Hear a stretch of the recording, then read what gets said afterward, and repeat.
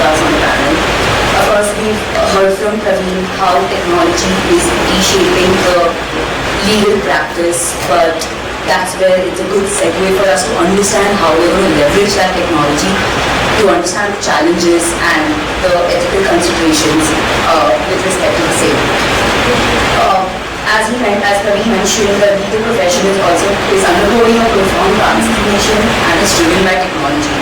From artificial intelligence to machine learning to blockchain to remote legal services, technology and AI advancements are providing new opportunities for efficiency, accessibility, innovation. The technologies have been multifold and almost assisting with all aspects of law, including contract review, automation, legal analytics, including to understand how to predict the outcome of the case, to assisting in corporate filings for incorporation, etc., legal operations management, and even of course in the states where they are appearing as counsel before the courts. We at the firm also use technology on a very daily basis. Of course, we've heard of transcriptions for e-discovery, virtual hearings, data management, and of course blockchain and cryptocurrency disputes. I know I mentioned earlier about AI not being used as an arbitrator. There is this small case in China where AI has been used as an arbitrator. It's in fact used very regularly for mediation, and people are appreciating the resolution it is achieving in mediations and settlements. They are able to analyze key points parties require, parties need, what are their pain points and deal breakers, and are able to maneuver and get a solution. And a lot of people have been resorting to it, but of course it's in the very small part, not widely used. Today we are very, very fortunate to have an exceptional group of panelists across practices. We have tax, we have competition law, and of course dispute resolution. I thought before we delve into the challenges and the future, it would be useful to understand how legal practitioners are embracing it. In the past 3 years, at least since COVID, there has been a rapid AI adoption, technology adoption. There's been introduction of new digital tools. Do you still think lawyers are hesitant or reluctant to accept the same? And or are there certain areas they've accepted it thoroughly, but there are still reluctance on certain points? Thanks very much. Good evening, everyone. So thanks for the question. I mean, there's certainly areas in law which have advanced more or have used digitization and intellectual property of AI and other tools in a far more efficient manner. There are some which haven't. Maybe things like real estate, family law, inheritance, those practice areas have still not had any sort of intervention from AI. But at least in competition law, I mean, we see a lot of use of AI, not only from lawyers, but also companies, or in-house legal teams, and from the enforcement agencies. So I mean, there's certainly a lot of hesitation. It takes time to adapt any change, and especially lawyers, my age, there is this little threshold with which we have to cross. Every time I need to undertake some legal research, I would go and look at a commentary, and I would look at the AI report. If the same research I had to offer to one of the younger lawyers in my team, his first port of call would be Google and ChatGPT. And I'm not saying it's wrong. Maybe there's of course advantages and disadvantages of both. I'm not trying to pass a judgment, but I think while there is hesitation, especially with slightly more senior lawyers, the younger generation I think is adapting to it extremely well. They're far more comfortable using online tools. They're far more comfortable coming up with actionable data from online research, which we in some sense lack. Hopefully we'll be able to work with that. Especially in the competition law space, I mean, unless we have access to sophisticated tools, we won't be able to spot evidence in, say, reams of information. If I have to look at an email inbox and try and understand whether there's a pattern of cartelization or a collusion between different people in terms of price rigging, it will take me years if I look at the inboxes of 20 different officers across the company. word processing software tools are able to do that for me in a couple of weeks.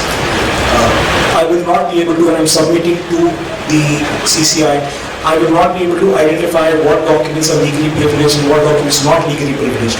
What do I need to press for confidentiality for and which I can submit openly.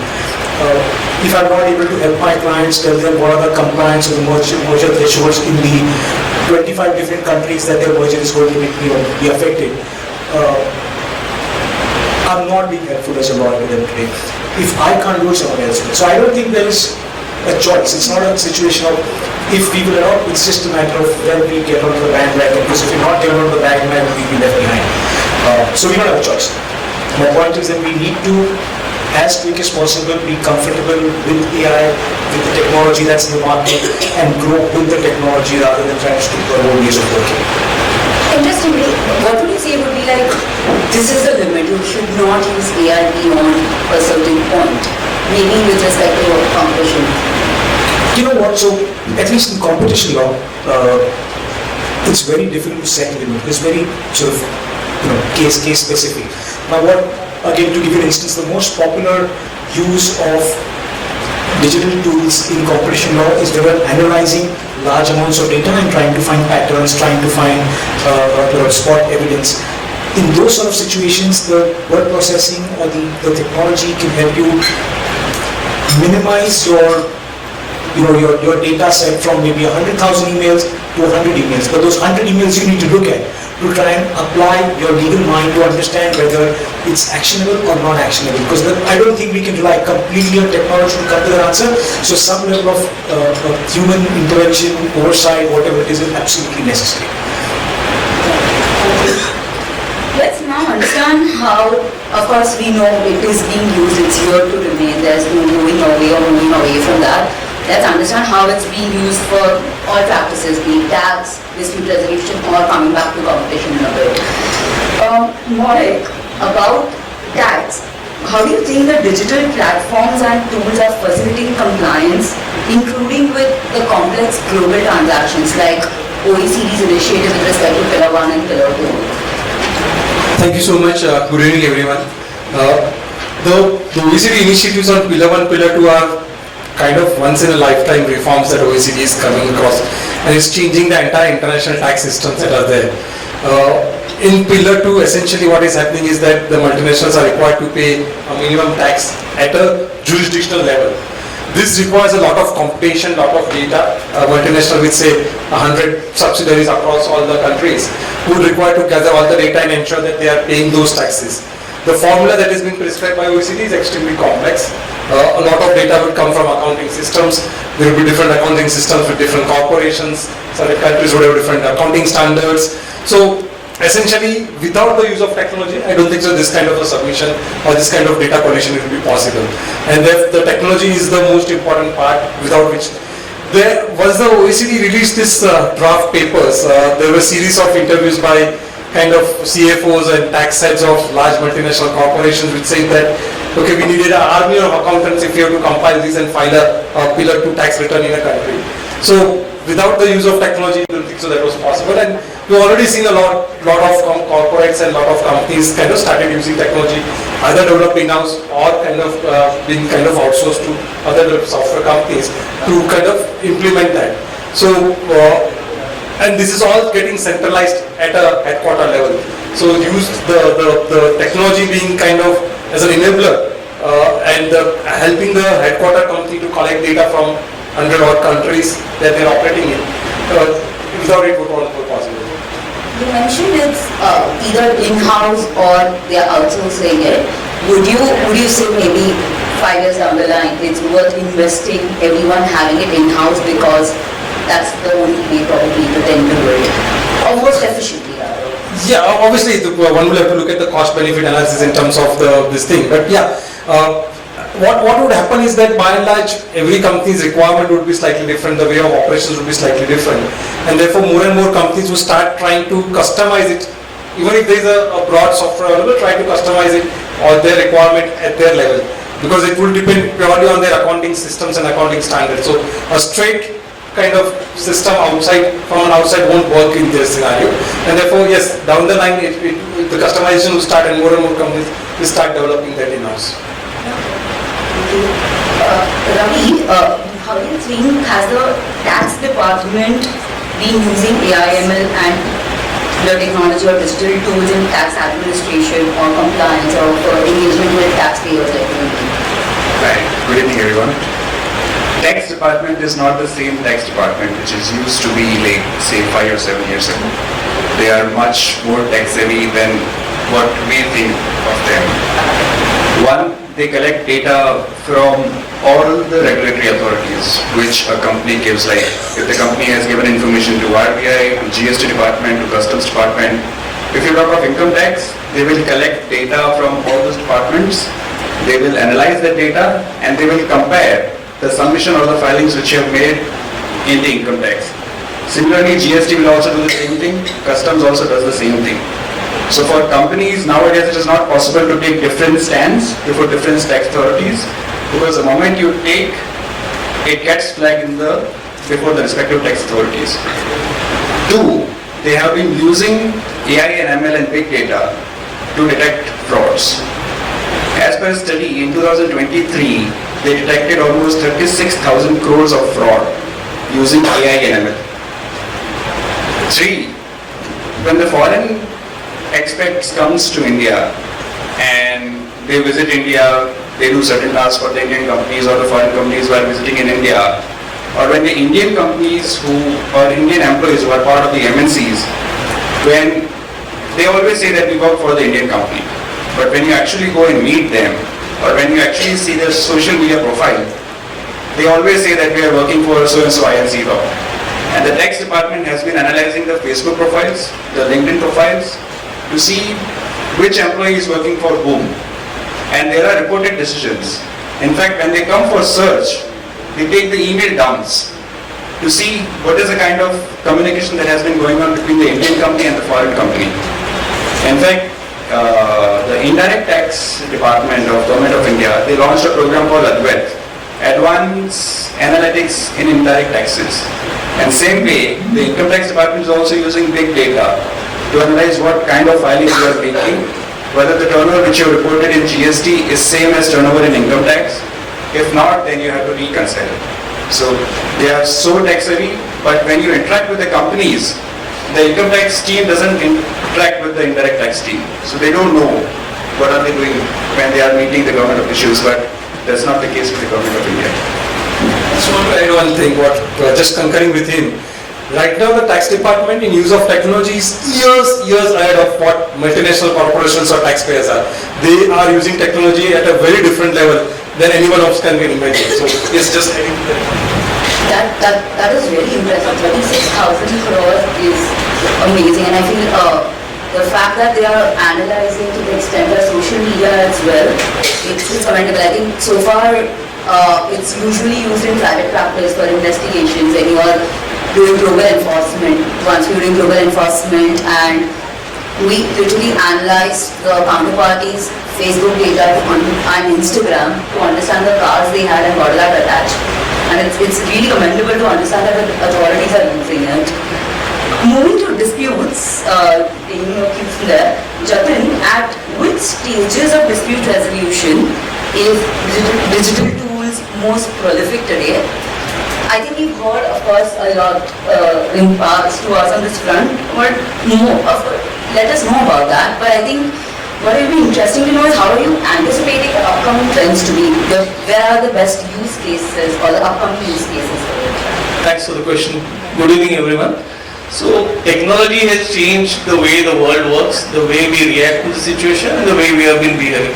And dispute resolutions or the courts have also not been far away from that.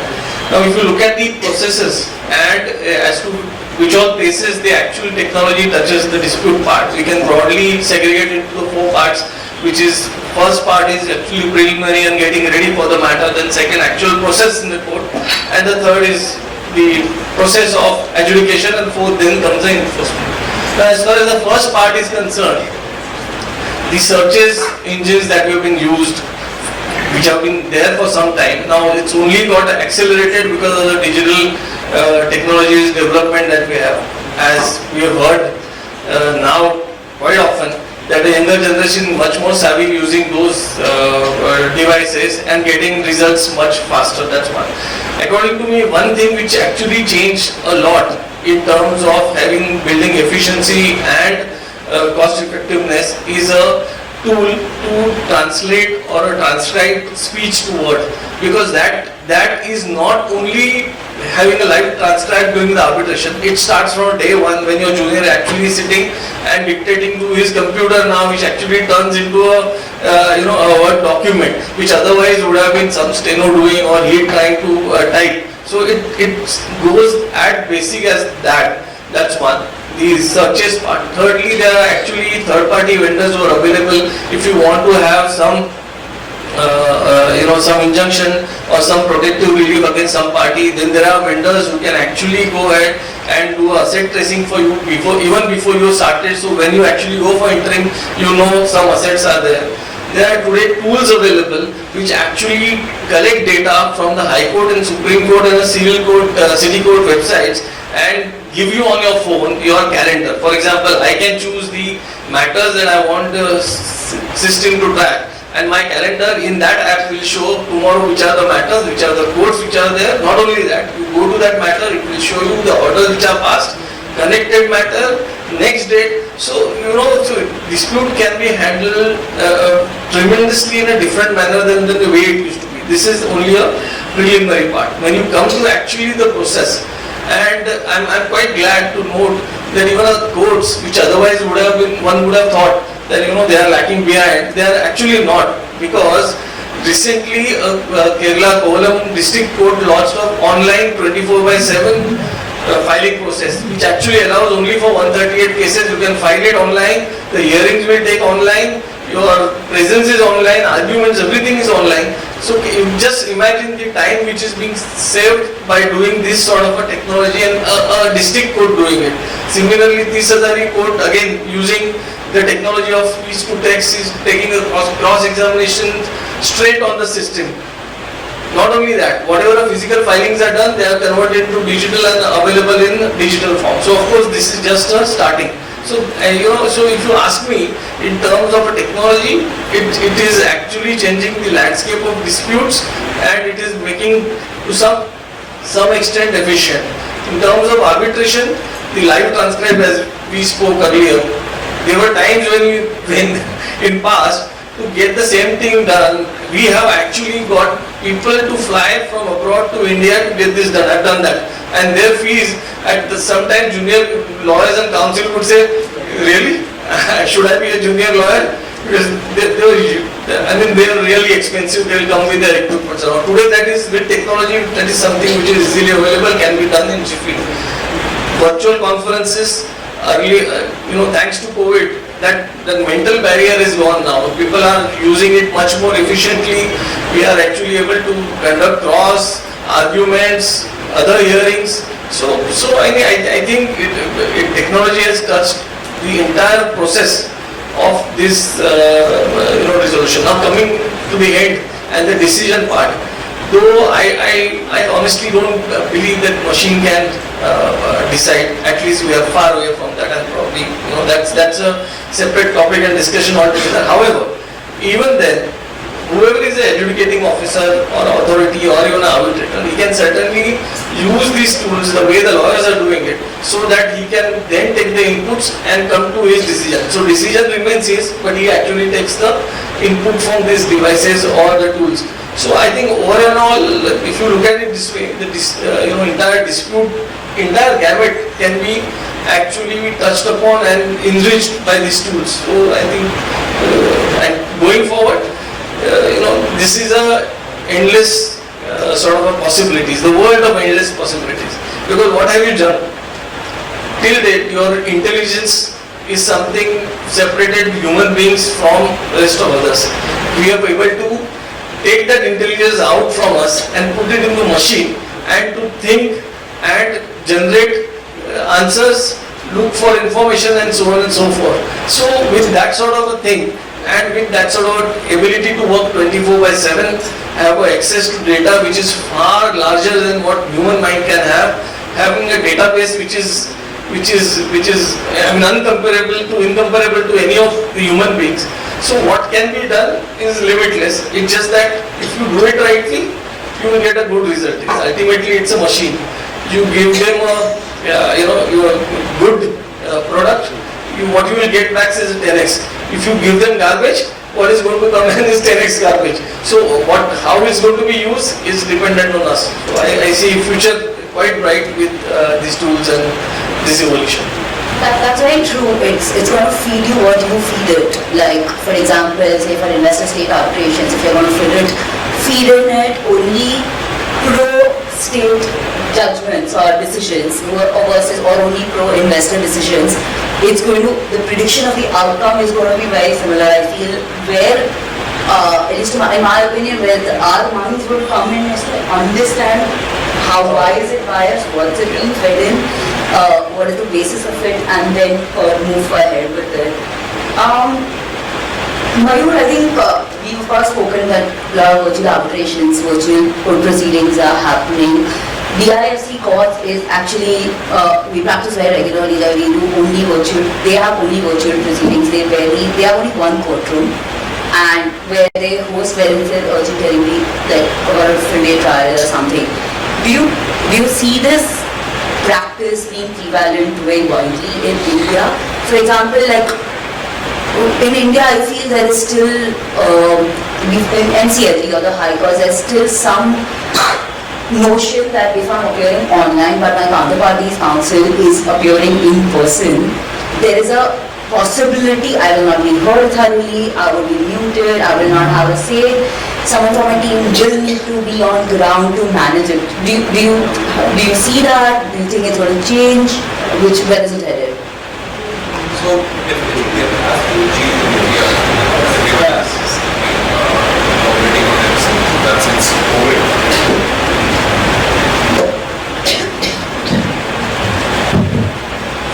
So, since COVID, everyone has taken to virtual hearings, and it has been looked upon, and especially in arbitrations. But you're very right that thought in the mind that if you're physically present there, it will have more effect is always there with lawyers. I think it's more to do with most of the arbitrators that we have here are still retired judges. Nothing against them, but they come from the old school thought, and so they're very much for physical appearance, and their thought process might be that if I could be here physically hearing, if the other counsel could be here, why can't you? So that thought may be there. But I have seen that a lot of arbitrators do entertain this, and as Jatin was putting it, there were times earlier than we had to actually spend a lot of money getting transcribers, arbitrators to one place, get all the parties. But since COVID, we have seen a lot of virtual hearings happening. Yes, when it comes to examination and cross-examination, the arbitrators don't prefer it. Many a times the parties don't prefer it because you don't know what the opposite side, the evidence, especially the witness, would be saying if he is in a VC room, what he would be fed with. So, yes, there is reluctance, but we have come a long way, I would say. I don't think I'm seeing a lot of hesitation when it comes to arbitrations. There's a matter we did recently, which was New York seated, New York law governed. We've not met the arbitrator. Our client was Canadian. The opposite party was New York still a company. We've not met our client. We've not met the counterparty. We've not met the arbitrator. Of course, science drivers, of course, they were from Canada. We've not met anyone, but it flowed. The entire process was so smooth. I think I'm seeing more on the court side and a shift in that direction. I feel even a lot of retired judges are preferring it be virtually because they can take one session after the other without having to travel, without having to arrange the logistics. With respect to witnesses and during cross-examination, I feel there is a very strong thing of putting a virtual proceeding protocol in place. So at least what we do is in a room there are two laptops always. One of screens or laptops, whatever. The one is facing the witness, the other is in the room taking a panoramic view of the room to understand there are no notes, there is no one prompting.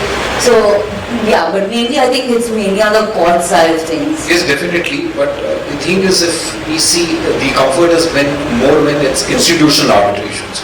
When it comes to ad hoc arbitrations, I still see a lot of reservation, and as someone was saying, still 90% is ad hoc arbitration. Yeah. There is still a lot of admission denials happening, so in my thoughts, yes. Karthik, what are the... Right. What are the global trends you are seeing, apart from, we've discussed India trends, what are the global trends of AI and technology overall you are seeing in dispute resolution, which we can adopt, probably tailored, and what is your view on it? Right. So I think through this panel discussion and the earlier one, right, I mean there was discussion on e-discovery being digitized and then sort of having that done. Right. But as Vihan also mentioned, it's reviewing the documents and sort of looking at that bunch load of documents and then essentially cutting down the chains and then identifying those 100 odd documents that you need to see and review and apply your mind. Which is the biggest game changer, I think, that's come about recently. It's been there, not necessarily, and that's also because most of the arbitrations and the litigations are small size possibly. They don't justify that kind of cost being incurred because it's not a service that you can simply subscribe like an SEC or something and you can have on everyone's desktops. These are expensive services to wet through all of these documents, shortlist, and then put your minds and then got your team to sort of chase through those documents and that's all that. But I think as we sort of globalize our practices, in a few years' time, I think Indian lawyers will find it necessary and probably a best practice to sort of invest in that kind of technology. You'll see the rewards in the long run. But having said that, there are technology providers who are also willing to give that kind of a service on case-to-case basis. Right? So it's a subscription sort of thing. They run the service for you. You just give them a dump of the documents, give them the search words, and put kind of checks and balances there and your criteria measures there. Then they are willing to do that for you. It's a little pricier, yes. But I think even on that mandate, it'll be much cheaper than probably 10 lawyers spending about 30 days looking at those documents, and yet you have to do the correlation. All of these documents, I mean, email trails is the biggest curse, I think. You end up with multiple trails that you only go through and realize that the last one is a relevant one because they are all a repetition. And so I think that's easily the biggest step that I think all of us can necessarily take. The cost being worked out, of course. I think the second bit, this is a touchy one, but the second bit I think that we could consider, possibly for drafting purposes, and that's as lawyers, in-house lawyers and law firm lawyers, and I don't advocate this, I should caveat, I don't advocate this for the arbitrators or the judges, but is to use AI for drafting. May not be the most complex of documents, but if you are able to identify, complex of pleadings or witness statements, but if you are able to do, and mind you, all of these come with machine learning. Right? Microsoft has this going at this point in time as pilot. I know for a fact that EY and KPMG use it to prepare opinions. So you give the case material, you give the bunch of information factually. It comes up with the first draft, then you've got to work on it, you've got to improve it. And that machine learns along with your system. It's the same thing that I think as lawyers we could do with pleadings and witness statements. Maybe even memorials and written submissions as we sort of go along. But I think that again reduces a lot of cost, a lot of time. The turnaround is possibly quicker. The only reservation that I have is the learning that younger lawyers would get by generating the first drafts. I think that's where the compromise is. But I think that's the fair play to be sort of figured as we sort of run along. But a client will be happier to see lesser hours, lesser cost. A tribunal will be happier to see lesser time spent on matters like this. So just to add on the last bit, I think, which I'm not sure, I know that your firm does a lot of work at the AFC, but across a few kilometers away in Abu Dhabi, I know for a fact in that arbitration center there are virtual hearings, and I don't mean like the virtual hearings that we do just to log into a hearing and you can see different panels, but you have AI augmented rooms where people are present from across jurisdictions. You are interacting, you are engaging. you also have virtual breakaway rules. Yeah. You're doing that, right? So you're also doing that, right? So I think that might, I think, make things a little easier. May also possibly reduce the concern of somebody feeling that, I'm not there but the counterparty is there. But if I think a common platform is provided to everyone and everyone's able to log in and be present in that manner, maybe the need to be present and the fear that somebody else is probably going to get a better hearing, I think those would be reduced. Ram, you mentioned earlier about how competition lawyers are using the tools, and you briefly touched upon even the authorities using it. Can you elaborate a little on how the authorities are using it, including to determine compliance? Thanks. So I think I'll answer in two parts actually. So there's 2-3 ways in which competition lawyers are using these tools, whether it's lawyers or whether it's enforcement authorities. One is of course to enhance efficiency. You have reams of documents, you need to understand it, you cut it down based on search words, etc. to a cogent data set which you can review. The second one is to understand, to do a compliance review across jurisdictions, whether it's merger control thresholds, whether it's filing thresholds, etc. So you have software which will be able to tell you in which jurisdiction what you need to do at what point. And if you haven't done something, then raise a red flag to the concerned person within your organization telling what's happening. The third thing that CCI now and certain other enforcement authorities globally, certainly in EU and US is, they're having systems which can reverse engineer algorithms. Now a lot of cartelization, price rigging, whether it's in public procurement, whether it's in any industry where the pricing is dynamic, like airlines, hotels, taxis, commodities, all of them use algorithms to determine pricing.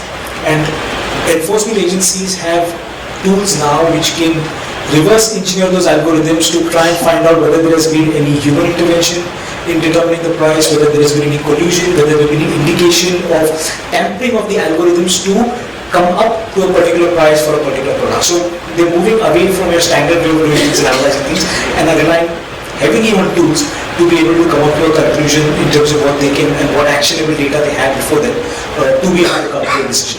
Of course, the end decision based on the data is even today has an absolutely relevant human element to it. But the data that is presented to the human to make that decision is of far better quality than your enforcer who is using all these tools. Tools are expensive, but it's difficult to have access to them. There's $100,000 more to have these tools established within your office. But it's certainly worth it. Hopefully, as time goes by, they get cheaper and we'll be able to use more of them. Thank you. I have just for notification, we have only 10 minutes. So I'm going to, of course, the cause of efficiency and accessibility and the likes are not lost on us. I feel if all of you have to just take 2 minutes each and briefly recommend or what are the considerations to keep in mind, including ethical considerations, privacy or transparency, and the challenges. Just a summary of each of you would be great. Just 2 minutes each, please.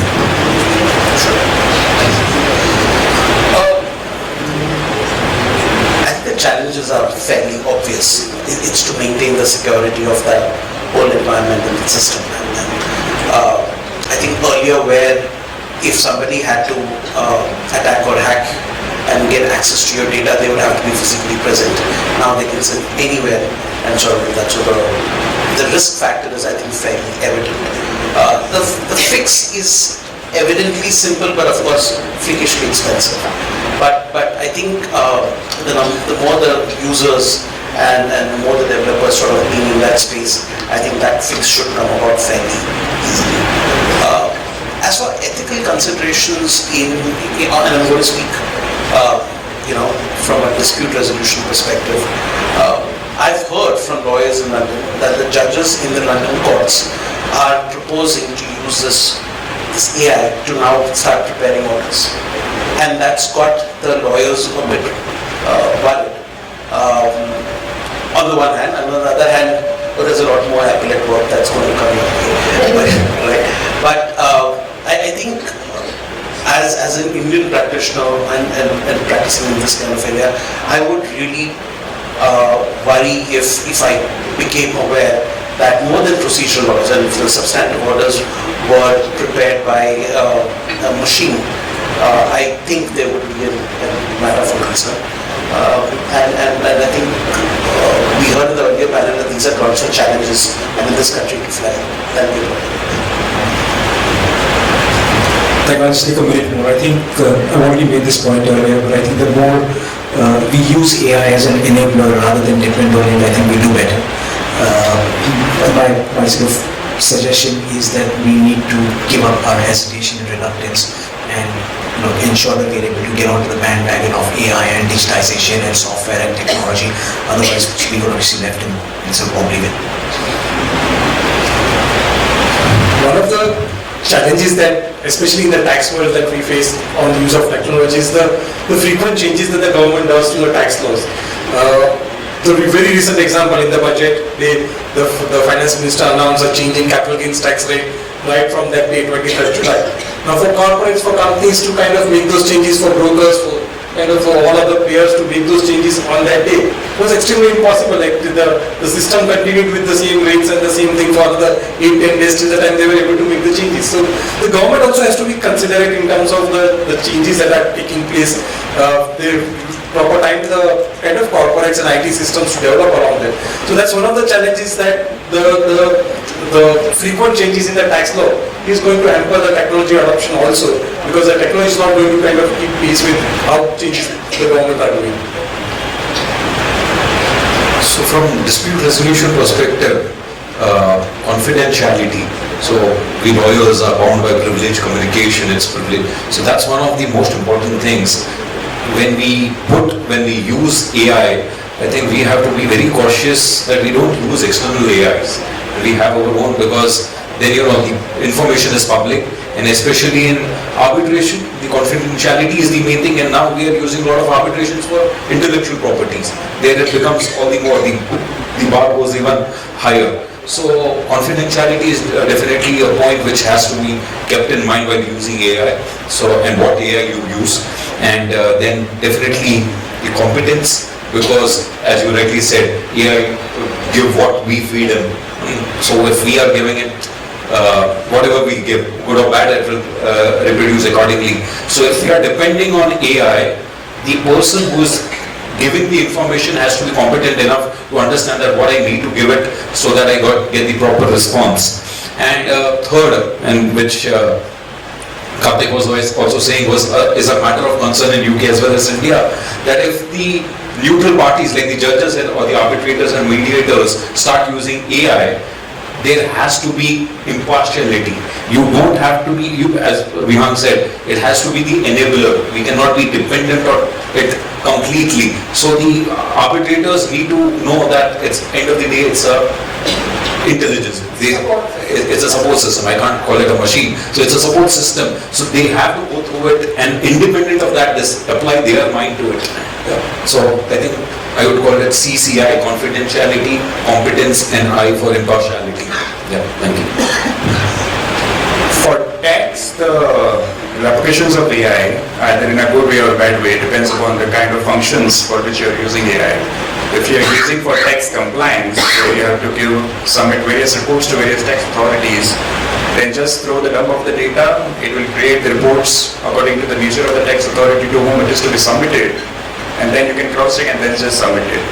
But if you're looking at AI for tax structuring or tax advisory, then maybe partially useful, partially where human intelligence or human decision making is required, AI is not useful.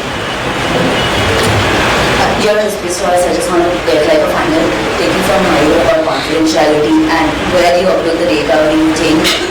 This part needs to be regulated about your secure channels, basically where you're uploading. Does that need to be regulated and have certain parameters in place on how secure it is, how to maintain that security?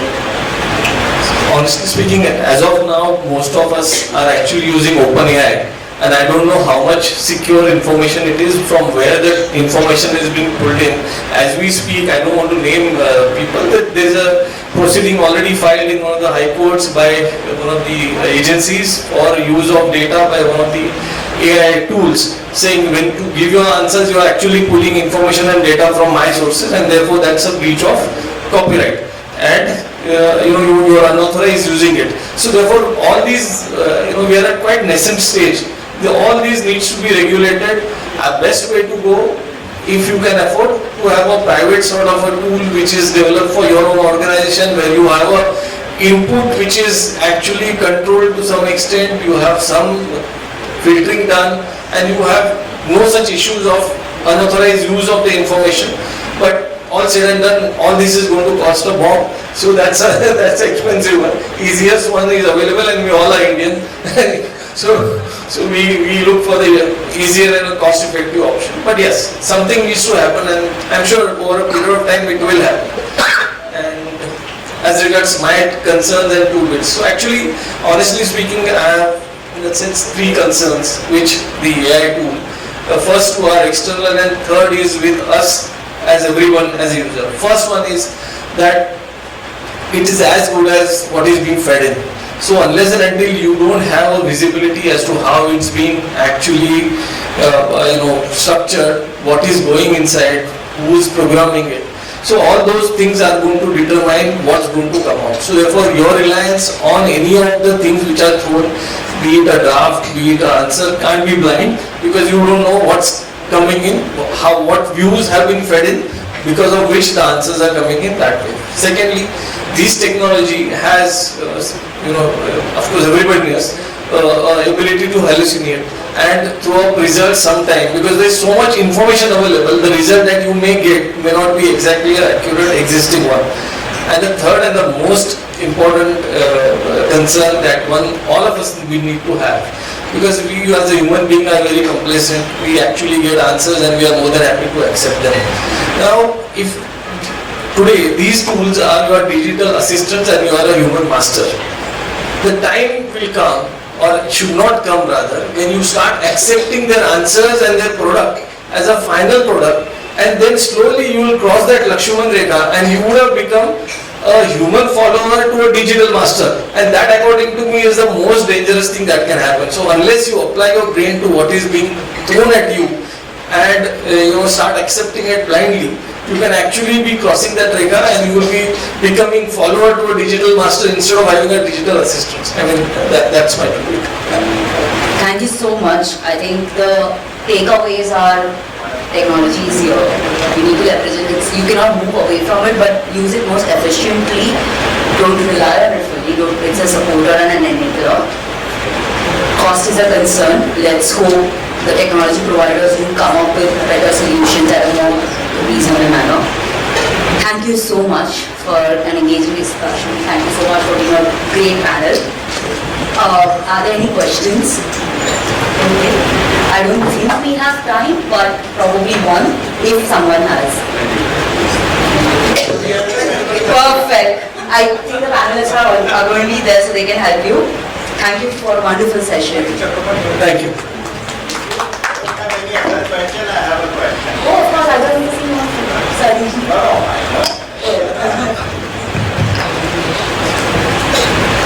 So first of all, thank you so much for this very engaging and interesting discussion. I think it's back of everyone's mind.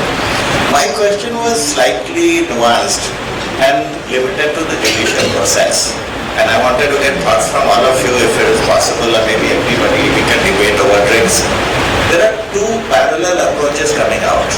So you have China model, where AI is deciding matters.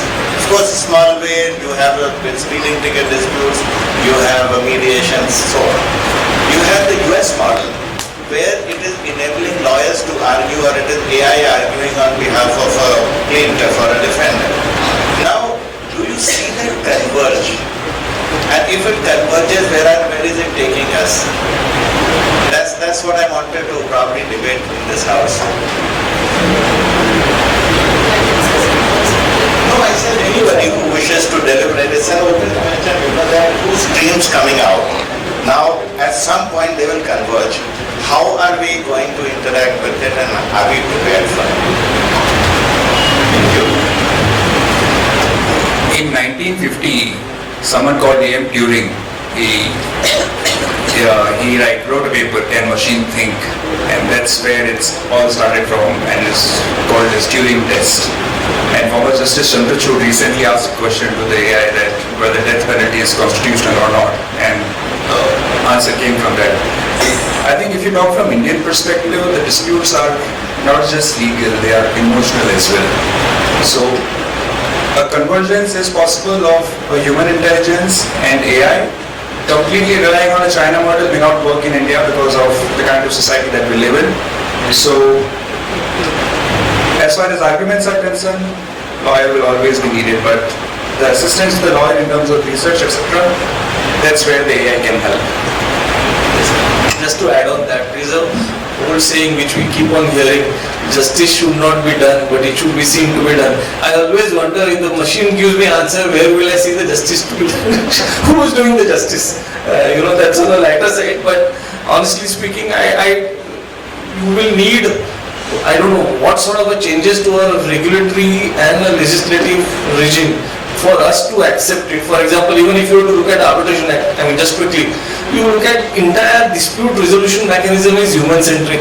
You are talking about biases, your past experiences, your past relationship, your subject matter relationship, then you have to disclose that, then you have to sign the award, then you are talking about arbitrator is encouraged to act and try and broker, not a broker will be a wrong word, to encourage a settlement between the parties. Now all of these are human-centric things.